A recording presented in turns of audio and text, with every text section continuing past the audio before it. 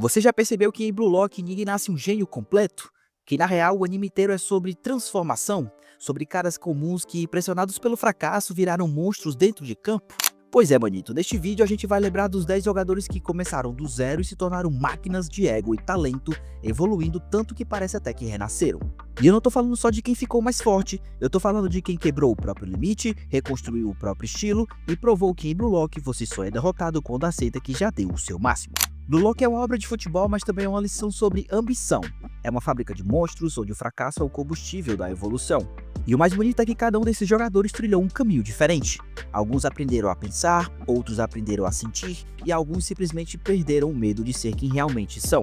Então se prepara, manito, porque hoje a gente vai revisitar as histórias mais inspiradoras e insanas desse projeto. Do jogador mais apagado até aquele que desafia os deuses, esses são os 10 jogadores que mais evoluíram no projeto Blue Lock. Mas antes do vídeo começar, deixa aquele like maroto para fortalecer o canal e se ainda não é inscrito, aproveita para se inscrever para não perder os próximos vídeos.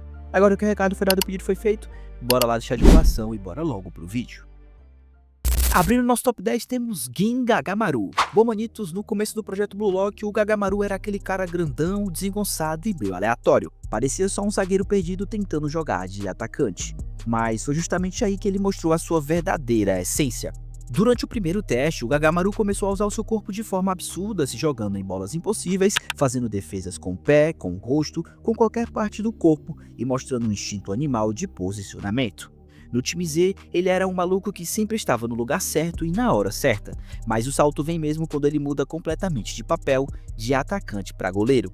No arco da Neo Egoist League, ele vira o goleiro do time do Izag, enfrentando jogadores de nível internacional. E o mais louco é que, mesmo sem experiência, o cara entende o fluxo do jogo de forma surreal, lendo os ataques e ajustando reflexos para salvar bolas que pareciam impossíveis. De um jogador esquecido para um dos pilares do time, Gagamaru evoluiu em tudo e mostrou que em Blue Lock até um maluco de cabelo branco pode virar um monstro quando entende seu papel no caos. Já na nona colocação temos Height Dingo. Bom, manitos, o Height Dingo é o espírito do Blue Lock. Um jogador que não tem técnica refinada, não tem protagonismo, mas tem algo que o torna indispensável: fúria e resistência mental. Desde o início da obra ele foi o cão de guarda do time Z.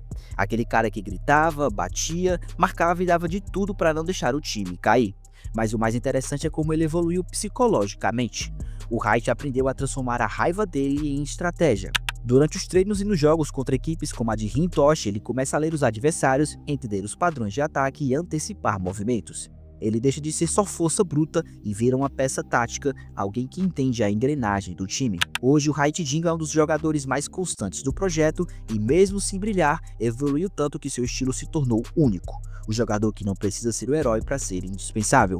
E em Blue Lock, isso é evolução pura. Já na oitava colocação temos Rensuke Kunigami, o nosso herói caído. Poucos personagens sofrem tanto quanto Kunigami em Blue Lock. No início ele era o típico herói do Shonen, justo, honesto, focado em jogar limpo. Mas acontece que Blue Lock não tem espaço para heróis, somente para egos. E foi essa ingenuidade que o fez ser eliminado no segundo estágio. Por um momento parecia o fim da linha para o Kunigami, mas o que veio depois foi algo completamente diferente. Quando o Kunigami retorna no arco da Neo Egoist League, ele já não é mais o mesmo. O olhar frio, o corpo mais forte e a aura sombria. Ele passou pelo chamado Wild Card, uma rota especial dentro do projeto, e o cara renasce como um verdadeiro anti-herói. O Kunigami perdeu a ingenuidade, mas ganhou o instinto. Se antes ele jogava para inspirar, agora ele joga para dominar. A sua evolução é uma das mais brutais de todo o projeto, um símbolo de como o ego e o poder podem criar um novo tipo de jogador. E na sétima colocação temos Ikki Nico. Bom, manitos, o Nico é o jogador mais subestimado do Blue Lock. Quando ele apareceu, parecia ser só um cara com uma franja na cara e uma visão boa de campo. Mas o que ele realmente tinha era algo muito raro: inteligência tática absurda. Nico começou como um jogador que tentava imitar o Izag, tentando entender o fluxo do jogo. Só que com o tempo ele não só entendeu, como começou a competir com o Izag nesse aspecto. Durante a Neo Egoist League, o Nico se destaca justamente por antecipar a leitura de jogadores muito mais fortes que ele, como Mikael Kaiser e Rintoshi. Ele aprende a usar o ego dentro da estratégia e não fora dela. E o resultado, manitos? Bom, um jogador com visão, controle e paciência, 3 armas letais num campo de monstros. Ikki Nico não virou o melhor, mas virou algo muito mais raro: um cérebro com ego. Já na sexta colocação temos Ryoma Shigiri, o nosso Pantera Vermelha. Bom, manitos, o Shigiri é o personagem que mais representa o medo de voltar a sonhar em Blue Lock. No início ele era rápido, mas preso, preso no trauma da lesão, preso no medo de tentar de novo. Quando ele finalmente rompe essa barreira, a cena é simbólica. Aquele sprint no jogo contra o time W é praticamente o renascimento de Ryoma Shigiri. A partir dali o cara se solta e começa a usar a sua velocidade como manifestação de liberdade. No mangá ele evoluiu ainda mais. Ele aprende a controlar o ritmo, muda de direção com precisão absurda e, mais importante, ganha confiança. Hoje, o Shigiri não é só um dos jogadores mais rápidos de Blue Lock, é um jogador completo com leitura, decisão e propósito. De um garoto quebrado para um raio impossível de parar. E isso é o tipo de evolução que emociona até quem nunca chutou uma bola na vida. Já na quinta colocação temos Meguro Bakira.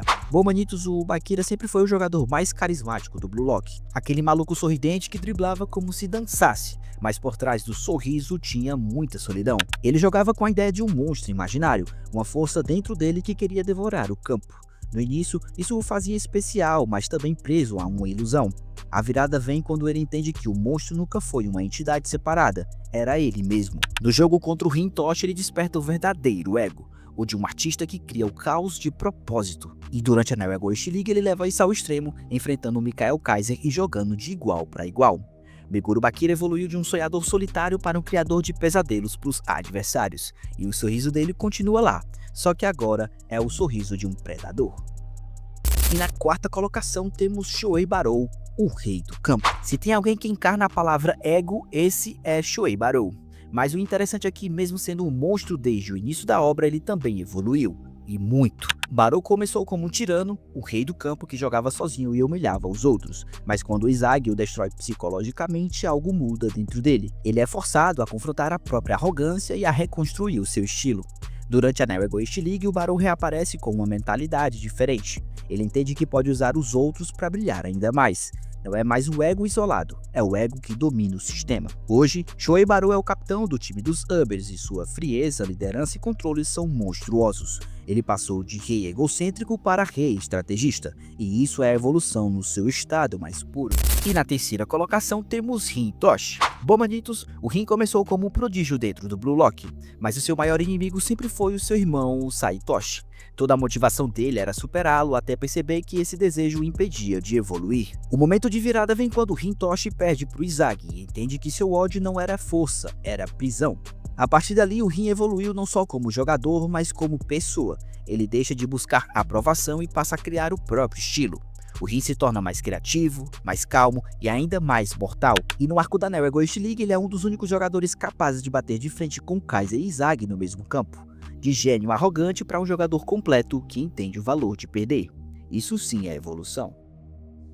E na segunda colocação temos o nosso prota Izagi Yoichi. O nosso protagonista é o maior exemplo de evolução em construção. O Izagi não nasceu com dom, nem com físico, nem com técnico. Ele nasceu com percepção e transformou isso em arma. Desde o primeiro episódio ele é o cara que erra, aprende e analisa, mas a cada derrota ele cresce. Ele entende que o ego não é ser o melhor, é querer ser o melhor a qualquer custo. Hoje, no mangá, o Izagi domina o conceito de Metavision, uma leitura total do campo em tempo real. Ele manipula o fluxo de jogo, cria espaços, prevê jogadas e se adapta aos monstros ao redor. De um garoto indeciso para um estrategista letal. E o mais importante, ele ainda não terminou de evoluir.